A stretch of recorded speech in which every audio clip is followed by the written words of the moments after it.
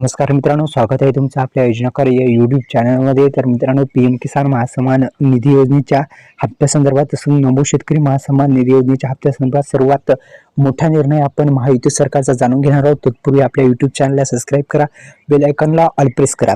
तर महायुती सरकारने नुकतेच महायुती सरकार आपल्या महाराष्ट्रामध्ये बनत आहे आणि महायुती सरकारने एक नवीन ज्या काही योजना आखल्या होत्या, नवीन एक दिशा ठरवली होती। म्हणजेच काय तर जाहीरनामा प्रसिद्ध केला होता। त्या जाहीरनाम्यामध्ये काय काय आहे सविस्तर माहिती आपण जाणून घेऊ।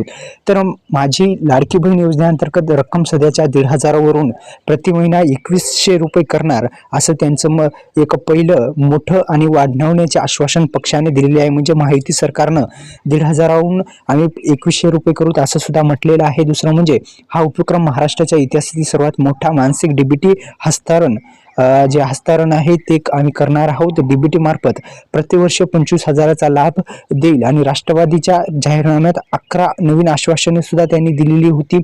तेच आता जे महायुती सरकारनं महत्त्वपूर्ण म्हणजे नमो शेतकरी महासन्मान निधी योजनेच्या हप्त्या वाढी संदर्भात मोठी अशी घोषणा केली होती, तीच आता आपण जाणून घेणार आहोत।